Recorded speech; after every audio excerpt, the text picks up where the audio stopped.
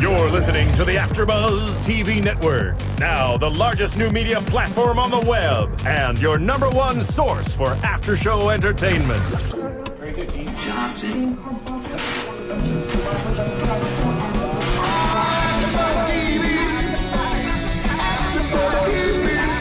The AFTERBUZZ Studios in Los Angeles, California. Presented by Maria Menounos and streaming live thanks to Akamai Technologies. This is AFTERBUZZ TV's Banshee After Show.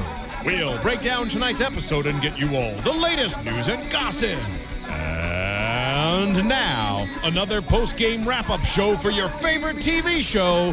It's AFTERBUZZ TV's Banshee After Show. Hey there, Banshees. You know what time it is. Talking about Banshee here on AFTERBUZZ TV. Season 2, Episode 4. I am Matt Lieberman. Joining me, as always, is the fantastic and talented Miss Oriana Leo. Hello, everybody. And we're gonna... Bloodlines is our episode title. Bloodlines, Season 2, Episode 4, Bloodlines. Monis Rose is going to be joining us on the phone just a little bit. We're going to get right to it because we don't have a ton of time today. We apologize to those of you fans looking out for the show on Tuesday morning. We unfortunately did have to push it back. It's my fault. I take personal responsibility. She had a personal illness. It's okay. You know, I'm much better now. Thank you. Banshee still goes down smooth a few days later than we expected. But such a great action-packed episode, kind of a part 2 to last week's episode. That's right. And, you know, like... It was so satisfying on so many different levels. We got the conclusion of this murder case. We got some great movement and complication in the Kai-Alex rivalry. Jason Hood continued to mess shit up for everybody. Right. You know, and Chayton has been released. Chayton has been unleashed. Chayton unleashed himself. Yeah. Wow. Through sheer power, bashing himself. We got Monis on the line. Is Hi, Monis here? Hey, guys. Hey, thanks for having me. Appreciate it. Dude, of course. We're so happy to have you. You're part of the family. Absolutely. Hell yeah, I wanted to. I was stoked on this last Banshee episode, which you guys are already talking about, and I needed to join the party, if you know what I'm saying. Of course. Well, you're an always welcome party guest. We were just talking about Chayton completely obliterating that police car, and what I'm pretty sure is the single longest car flip ever filmed. It's like an 8-second long car flip. The car just flips like for an eternity before he busts out. It does, and is Chayton's face pure metal? I mean, and then I feel that James Earl Jones's voice, like he just stole that voice. Copper, I will pound this, and then just do destruction no matter where I am. I We feel will meet again, like a cop. respirator or something. Yeah, no, he's basically a Terminator. Yes, totally. He's basically a Terminator. He bashes in the grating with his skull, and you think, like, what is he, crazy? He's trying to kill himself? No. Then he starts kicking it with his super-powered kicks, bursts it open, they go flying off the road. It's terrifying. Yeah. Poor Siobhan and Emmett, who he insults. He says he's not a good black man. He's a discredit to his race. My first thought was, why didn't they tranquilize this guy before they transported him? Like, he's a giant. I don't know. Right? Maybe it's illegal. Nothing is illegal in Banshee. I feel the theme of Banshee, I think a big theme is just giants in general, that this show just loves giants in general. They want to find the biggest albino, the biggest, strongest Indian, the biggest Amish to ever walk the face. Like, they just find giants. Yeah. I can't wait to ask Greg Utanis, the showrunner and executive producer, is going to be on next week, and I look forward to asking him about giant casting, yes. Or giant obsession. Yeah. But regardless, you know, he's a big threat. He tells Siobhan, you know, let you know your sheriff know we will meet, kid. Mm-hmm. And he tosses the chains. Yeah, the chains in Emmett's face. White people in chains. Ugh. It was all awesome, and I'm biting my nails. What is this guy going to do? He is a one-man wrecking crew. Terrified to see what he does to our dear, dear sheriff. Now, on the other side of things, we have this open investigation into the murder of Lana Cleary. Still can't find Solomon. What's going on? Until we get a tip that one of Solomon's friends, Daniel, left the fold and is squatting in this abandoned place. Apparently, there's a lot of squatters here in Banshee, young squatters, and he just wanted to read. He wasn't a rough and tumble boy. He wasn't revolutionary. He just wanted curious. Yeah, and that was enough to get him kicked out. And that whole scene, it might seem cheesy, but I feel it's very real. I mean, for a person that wants to abandon these very archaic ways and just he wants to read. He wants to have a regular teenager life. I mean, that actually is that whole scene. Yes, it might have appeared, he just wants to read Catcher in the Rye, but in a way, it was very poignant. It was very meaningful because that really hit home with the show, and once again bringing back this whole Amish community that the show revolves around. Oh, absolutely. One of the big themes in this episode, you look at Daniel, you look at Solomon, you look at Rebecca, you look at Kai, and how their faith that they were born with has kind of failed them. And then you also, on the other side, have this family that, it's kind of failed them too, because you can see that moment when they finally find Solomon and, Rebecca and Solomon's parents are embracing him. They want to embrace her too. Sure. It's just as painful on both sides. They just don't have, the requisite balls a la Kai to part with it. Kai says, look, your God brought you nothing. I acted and I brought your son back to you while you cowered in your homes. Versus they believe that, what if God used you as his divine instrument? Right. And he's like, go look at what I did to Jonah. That wasn't God, that was me. Right. But they're going to find a way to paint the story in, hindsight, right, that it was always God's doing. Absolutely. But that's kind of the biggest, most interesting question to me is, you can't really say that either one is more right than the other. Sure.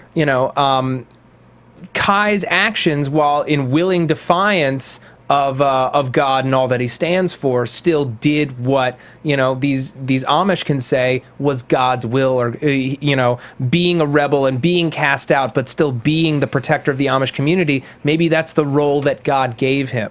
Maybe Sounds that's kind of convenient, right? It is kind of convenient, but at the same time, this is how these people operate. This is their psychology, and it weighs especially heavy on Rebecca, who is all of her feelings are so confused, and then that scene with Jason. The sex scene definitely illustrated her confusion. Yeah, it was, and honestly, that was my most disappointing note that I have on this episode is that the sheriff, he was not the one with the sex. They gave it to Jason. I was like, come on. They kept it in the family. They kept it in the hood family. It's all good in the hood. It was pretty. It was uncomfortable to watch for me. It was, but I'm used to the sheriff having this hot and steamy stuff, not this little skinny, scrawny Jason. Yeah, and it's not just that. It's what's happening in this sex. When Lucas is called upon to do his manly duty, he and the woman that he's with, they meet in the middle. They're very present. It's very intense. At times tender sex. This is she's trying to dissociate from her feelings, from her past, and from what's happening right now, trying to get some empty pleasure and also just kind of disappear for a moment and try to forget who she is. Right. And it's really sad, that she's kind of fallen to this place. But at the same time, I'd almost rather she do that than bang her uncle, which is what I'm so worried is going to happen. True. Okay, well, I think it's still a better option. I would agree with you. Yeah. Yeah, true. Yeah. Oy Vaismere. Yeah, no, Rebecca got put through the ringer this week. We found out that, her little friend on the Haysha. Yeah, Haysha says she didn't set her up. Didn't set her up. But then again, that leaves us the question, who was that? Well, no, I think that was definitely Jonah. You think that was Jonah? I think that was Jonah. He wasn't a giant. He was a giant. He was big. You think so? And he was that fast? Well, yeah, that's what I find most interesting, because he's a big dude. He's not necessarily a giant, but he's mammoth. He's mammoth. He's a mammoth regular person. Let's just say, I've been to an Amish community. I've never seen an Amish person that large and in charge before. Yeah. And really, I can't even pronounce the real actor's name. I'm going to butcher it, but like he has a mammoth name. His real name is Olafur Olafsson. I mean, Yeah. Wow. Boom, Viking. No, he looks like a badass Harry Knowles. For anyone who reads Ain't It Cool News, Harry Knowles is this large red-headed man with a beard who runs that site and has done since '96. Totally over my head. That's fine. But he's like moving with these lightning feet through the forest, but he's at least 300 pounds. Yeah. He's a big old dude, and super creepy. If you watch the third episode again, you can see him at the crime scene, Really? standing in the background. Yeah, the first shot's like there's a crowd shot. You watched it again? Mm-hmm, and he's standing right there, stone faced. Yeah. And he's this teacher who considers himself responsible for the religious well-being of his students and making sure that they don't step out of line. And he's got this deep, violent streak inside of him. So bizarre. When Lucas Hood goes to Jonah's house to ask him questions, Yeah. and we find out that, he was married, and he gives us this backstory. Yeah. I was listening to it, trying to understand, like, how is this going to help me understand this man better? And I still don't know. Like, how... It just he's a sociopath. Yeah. He's a psychopath. Well, it's the difference between faith and obsession. Faith is you believe in something more powerful than yourself. You show respect to it, and you kind of you pay homage to this power in whatever way makes you feel better, safer or more in line or in tune with the universe. He's perverted his own faith into this obsession with keeping other people in line. Like he's an enforcer. Yeah, and protecting the faith. He sees himself as this, angel of retribution. Right. Coming down on these people who are actively attacking his God and his faith and his people. He's left with no one. I think the biggest thing that changed him into whatever he is now, it's not the death of his wife, it's that he was left with no children. And so instead he's been put in charge of these other children, and he knows if I had raised these children, they would never be these cursed blood, free-thinking people. I think that's really interesting. He does... Go ahead, Manas. Oh, yeah, these people, these children who just want to read Catcher in the Rye. They just want to read some Salinger. Lord of the Flies isn't even as subversive as Catcher in the Rye. You're right. Yeah. And there's death in that. Sorry. Go ahead, Oriana. I honestly lost my thought. Sorry. Oh, okay. It'll come back. Oh, no. Yeah.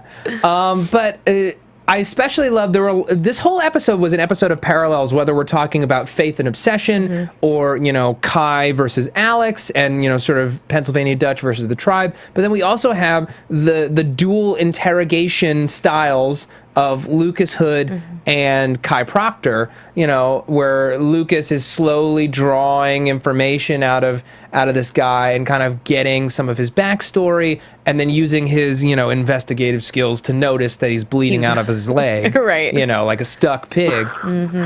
Realizing that he's a liar, getting him into this big old fight versus Kai, who surgically and viciously, tears this dude down, shoves a hot poker through his chin, and then starts pulling out teeth till he gets what he wants. And to think that Lucas was ineffective by putting him against the wood-burning oven and searing his skin, that was ineffective. That was ineffective. You got to take a man apart. You can't just damage piece by piece, piece right. by piece. And I thought it was interesting the use of torture of propping his mouth open so he couldn't close it.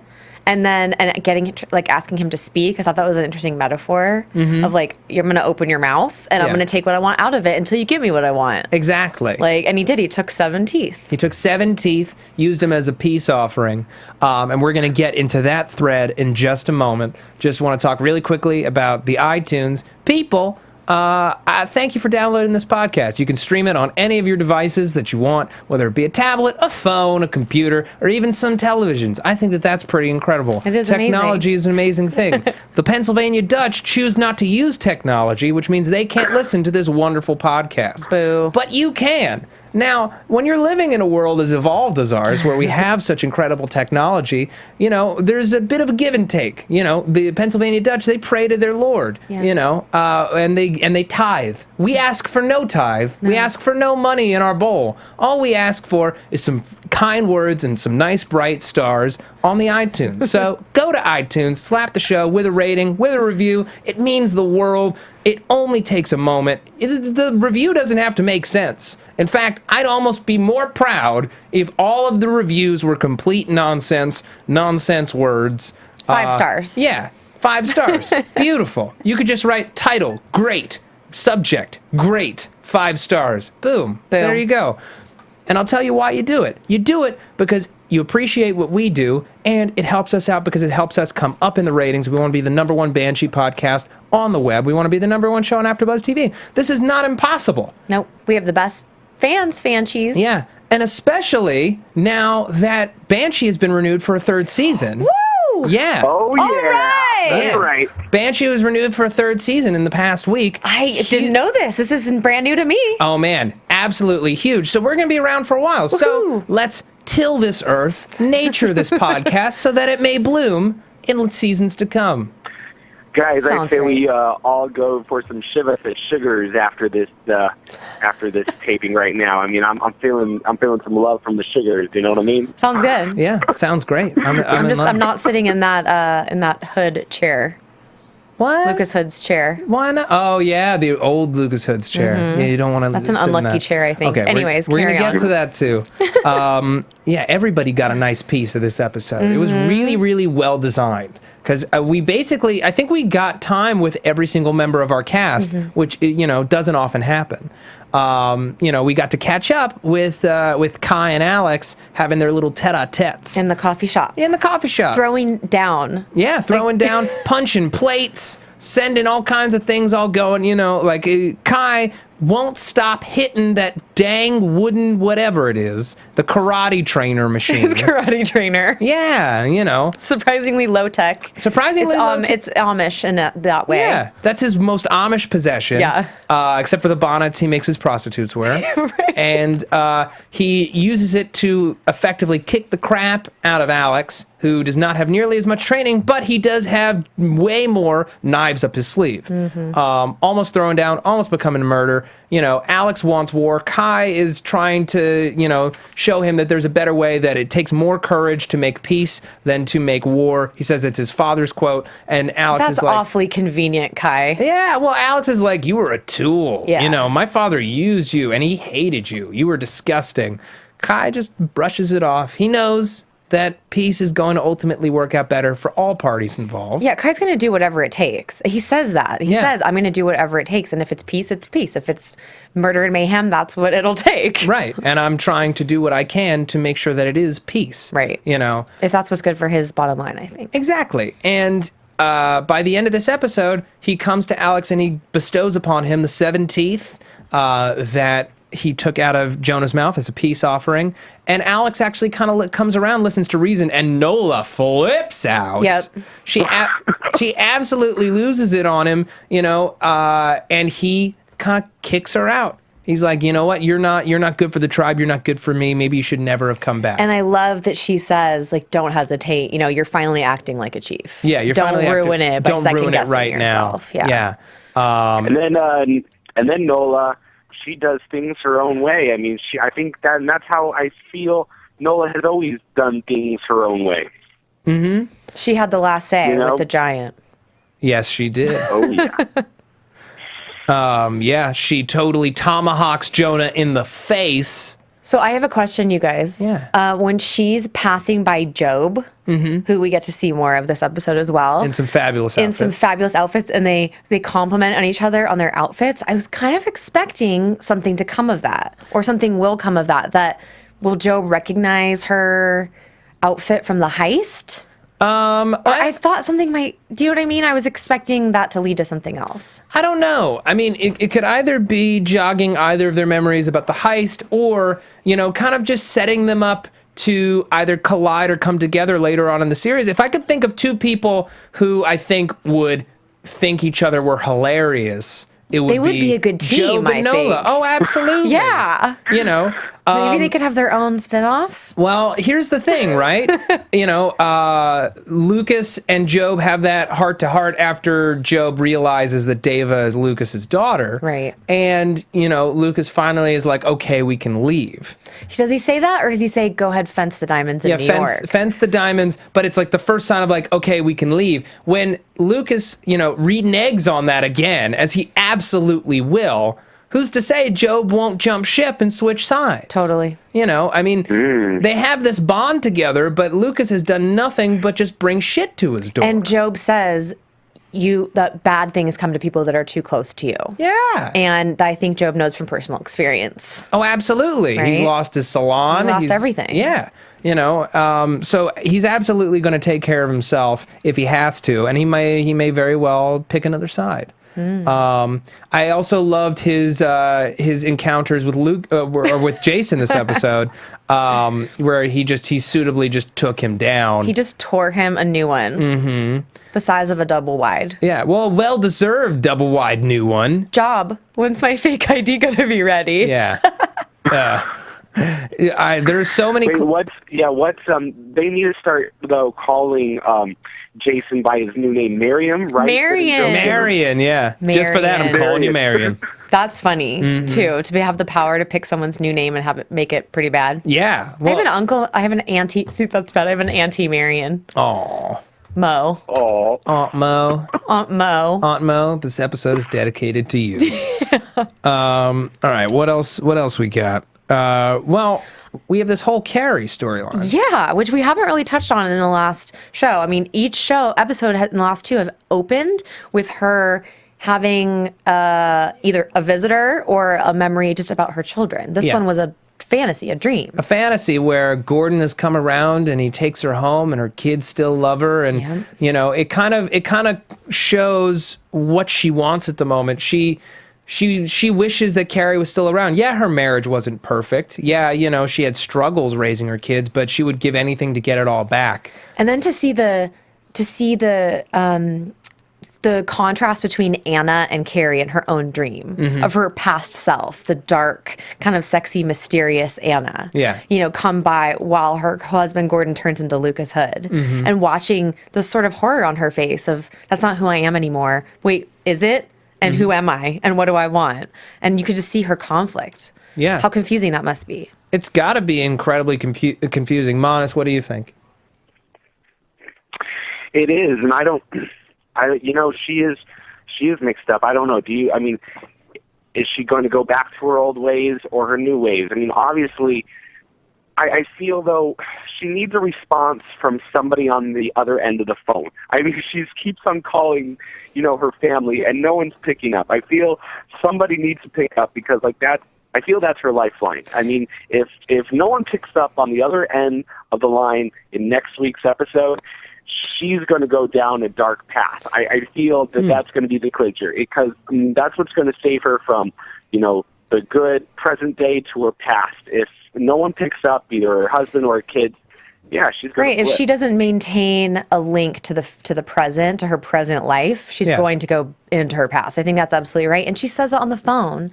She says, that I can do this, but I need to hear from you if I'm going to keep my faith in here. Yeah. And I hate to say it's only 30 days. I can't imagine myself lasting 30 days in jail. But still, it's long enough for her to break without any communication from her family. Well, I mean, when you're in prison, it's that monotony. It's not just being trapped with all these, potentially dangerous people. It's not just the fact that you have no privacy.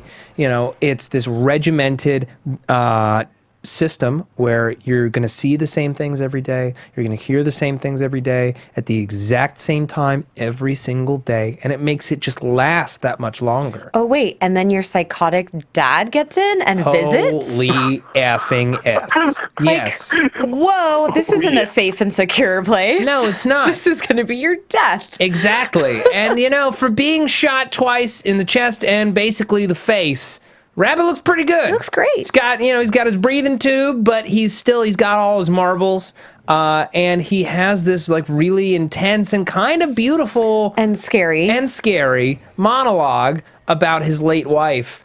and how, you know, he pursued her relentlessly. How love, truth, and insanity are all more interrelated than we want to believe. And it all goes back to the interview that I did with Jonathan Tropper at the beginning of the season, where he says, you know, that what Rabbit considers to be, you know, love, other people see as insanity, as obsession, as sociopathy.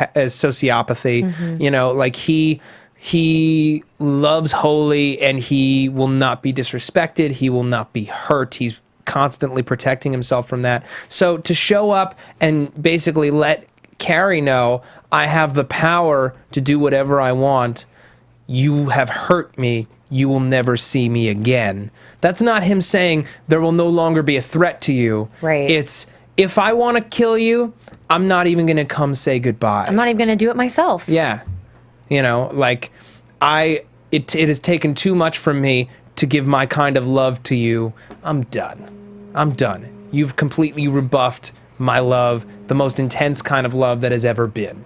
So you don't deserve my attention. I was frightened by that. Yeah. I was frightened by that monologue. It was beautiful, Well, you know, but it was scary. He is very haunting, just because, you know, they really teased it by, oh, Carrie, you just have a visitor, but Rabbit, he closed down the entire, like, ward. I mean, Yeah. It was just him and her. It wasn't even a visitation room. I mean, he had guards pointing Carrie, like, Carrie wasn't even dragged. Like, even the guards and the nurses were afraid. Right. Dude has a crazy amount of power, money, and influence. Can I ask you guys a question? Yeah. I know well, if you want to talk about it at the moment, it's the very last scene of the show, that little extra. Please tell us about it. So, you know, viewers, you know, at the very last, they always have a little extra. What would you call that bit? It's like, it's a tag. It's a little extra character bit. Right. So they had a little tag on Rabbit, but the camera zooms in over his right shoulder in the car, and there seemed to be like some kind of a hole or something in the rear dash of the car, and I couldn't figure out what it was zooming in on. If there was something to be seen on the rear dash, was there something I wasn't getting? To be perfectly honest, when I rewatched this episode, I forgot to watch the tag. Okay. So, Monis, did you watch it? Did you watch it, Monis? Well, yeah, I did. Wait, so I feel like he's crushing, it's all a ruse. I feel, wait, now we're talking about when he crushes the oxygen mask, right? Yes. And the camera zooms in and kind of pans over his shoulder so that it's only getting about half of his face. And I didn't know if I was supposed to be looking at something over his shoulder. On the back dash, there was an empty spot back there, and I didn't know if I was supposed to be looking at that or just the half of his face. Was it a clue? I don't know. You know what? I will tweet out what I think after I rewatch it. Okay. I'll tweet that out today or tomorrow. And fans, I'm curious what you think. Yeah. So tweet at us, please. But Yeah, you know, let's open that up to the fan cheese, I feel. Yes. Well, there. here's what it could be, or at least the point of that scene is he didn't need. It's either he didn't need the oxygen mask, and that was all a bluff Right. to make him look like he's weak. Maybe it's saying, you know, when he says this is the last time I see you, that's an absolute lie. Right. And you know, he's just trying to make it look like it's all over, just to lull them back into a sense of security. Right. Or it's just sheer anger at what happened to him and how his relationship with his daughter has been tainted. You know, there's a character that was introduced at the beginning of this season that we haven't seen in a while that I'm still wondering how he plays into the show, and that's the character of the priest, Rabbit's brother. Right. Why introduce him if he's not going to play a more significant role in the proceedings?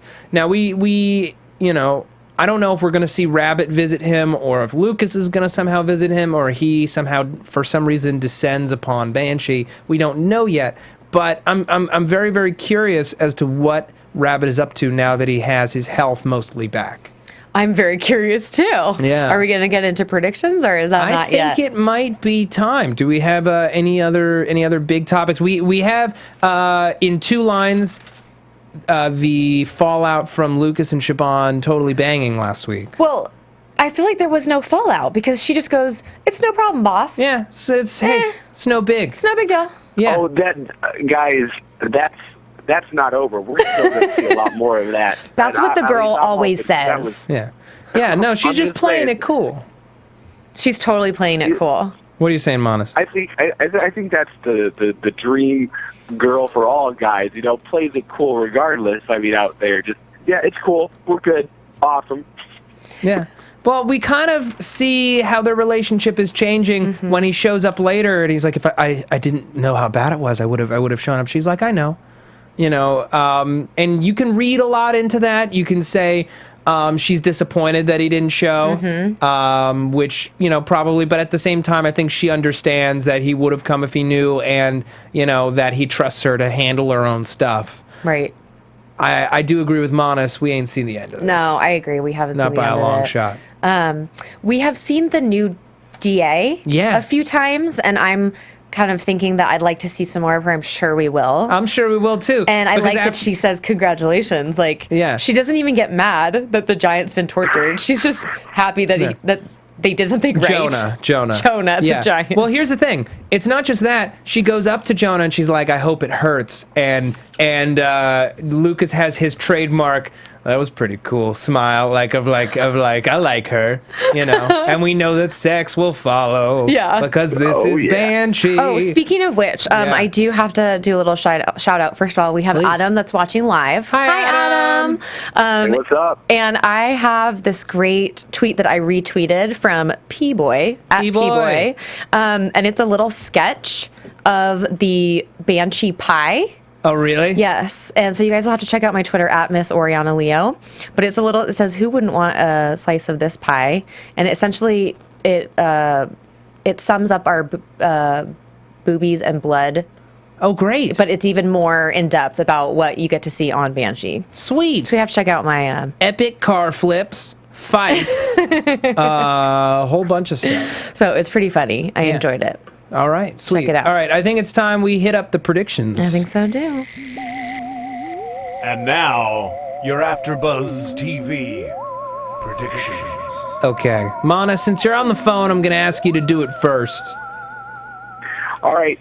So I feel next week's episode is really going to be about Carrie. I think, I feel she's going to be out of prison next week. We're going to see that, and, we're going to take a breather from the Amish, Indian Kinaho, Indian, conflict for a little bit. Now we're going to get back to, I feel, the old ways. We're going to give a little rest, to those, like the CSI-esque episode this two-parter was, and really see what has happened and what route Carrie is going to choose in this next episode. Nice. I like that prediction. Oriana. I agree. I mean, I think that we're being led into a critical moment for Carrie. She's going to make it or break it, I think. But I don't know what that means. I think that tag at the end with Rabbit meant something. I don't know what it is, but I think it means that Rabbit's not done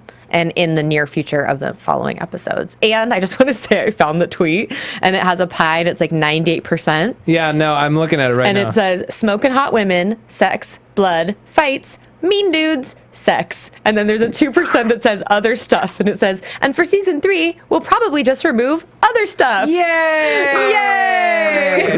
I love it. And Matt, what are your predictions? My predictions, well, I mean, I've seen the next episode, so I'm not going to talk about that. In terms of the season, I think Jason Hood is going to get dead sooner or later. I agree. He's I want him dead. Yeah, he is annoying. He is an idiot. Ungrateful little brat. Yeah. Sound like my mother. But And he's going around banging people. He doesn't deserve any. He doesn't deserve any Rebecca banging. Bowman. Yeah. Plus, it's like even if Becca, she doesn't even want love. I mean, he's even a bad lover. I mean, come on. Totally. Yeah, that was the most boring. Yeah. Just like, Boo. No. Just for us as the viewer, we want better sex scenes. So no more. So no more Jason Hood No more sex. Jason Hood. Yes. Let's take that off the table. Listen, bro, if you can't ball, then you're done.